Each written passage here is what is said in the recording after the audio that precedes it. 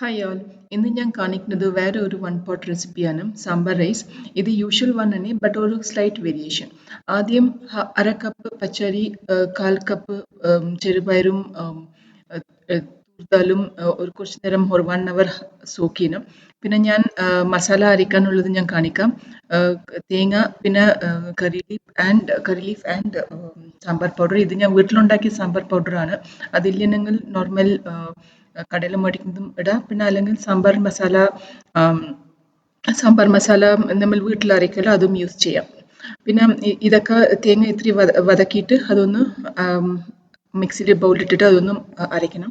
പിന്നെ ബാക്കിയുള്ള ആവശ്യങ്ങൾ കുറച്ച് വെജിറ്റബിൾസ്, കോളിഫ്ലവർ ഞാനിവിടെ എടുത്തിരിക്കുന്നത്. പിന്നെ cauliflower, green P, beans, carrot and onion, പിന്നെ ചെറിയുള്ളി, പിന്നെ ടൊമാറ്റോ, ടാമറിൻ, പിന്നെ അരച്ച മസാല, പിന്നെ കായം. സോ ഒരു കുക്കർ എടുക്കുക, എണ്ണ ഇടുക 2-3 സ്പൂണ്, പിന്നെ ചെറിയ ഉള്ളി ഇടുക. പിന്നെ അത് നന്നായിട്ട് അതൊന്ന് കളർ മാറുന്ന വരയ്ക്ക് വതക്കിയിട്ട് പിന്നെ ടൊമാറ്റോ ഇടുക. ടൊമാറ്റോ കുറച്ച് സ്മാഷ് ആയ ശേഷം ടാമറിൻ വാട്ടർ, ഒരു 1/2 കപ്പ് ടാമറിൻ വാട്ടർ, പിന്നെ ഇച്ചിരി ഉപ്പും മഞ്ഞൾപ്പൊടി ഇട്ടിട്ട് അത് നന്നായിട്ട് ഇതൊന്ന് തിളയ്ക്കാൻ വിടാം. പിന്നെ അപ്പോഴേക്കും ഇവിടെ റൈസും ദാലും ഒന്ന് കഴുകി റെഡിയാക്കി വെക്കുക. പിന്നെ അരച്ച മസാല അതിൽ ചേർക്കുക. പിന്നെ അതൊന്ന് തിളയ്ക്കണം. അതിൽ കായം ഇടാം. അതൊന്ന് നന്നായിട്ട് അതൊന്ന് മിക്സ് ചെയ്തിട്ട് ഒരു 5-10 minutes ബോയിൽ ആവട്ടെ. പിന്നെ നമ്മൾ കട്ട് ചെയ്ത വെജിറ്റബിൾസ് എല്ലാം അതിൻ്റെ അകത്ത് ചേർക്കുക.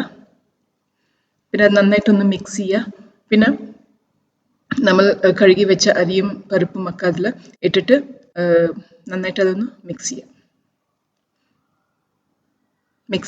പിന്നെ അത്രയേ ഉള്ളൂ. ഇതിൻ്റെ മേജർ വർക്കൊക്കെ കഴിഞ്ഞു ഇതിൽ.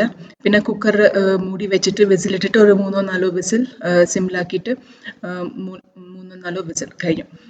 പിന്നെ നമ്മൾ താളിക്കാനുള്ളതൊക്കെ കടുക്, ജീരകം, ഉലുവ, പിന്നെ കുറച്ച് മുളക് പൊടിയും, പിന്നെ കറി ലീഫും കൊത്തമല്ലിയും. കുക്കർ റെഡിയായി.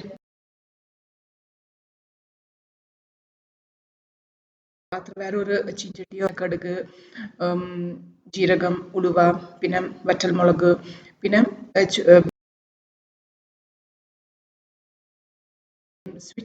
ഫ്ലെയിം സ്വിച്ച് ഓഫ് ചെയ്ത ശേഷം ചില്ലി പൗഡർ ഇടുക. പിന്നെ അത് ഈ സാമ്പാർ റൈസിലേക്ക് ഇടുക.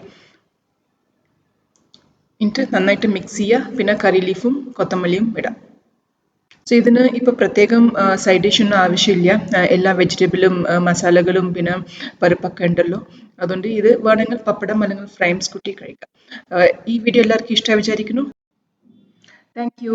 ഈ യൂട്യൂബ് ചാനൽ ഒന്ന് സബ്സ്ക്രൈബ് ചെയ്യണേ.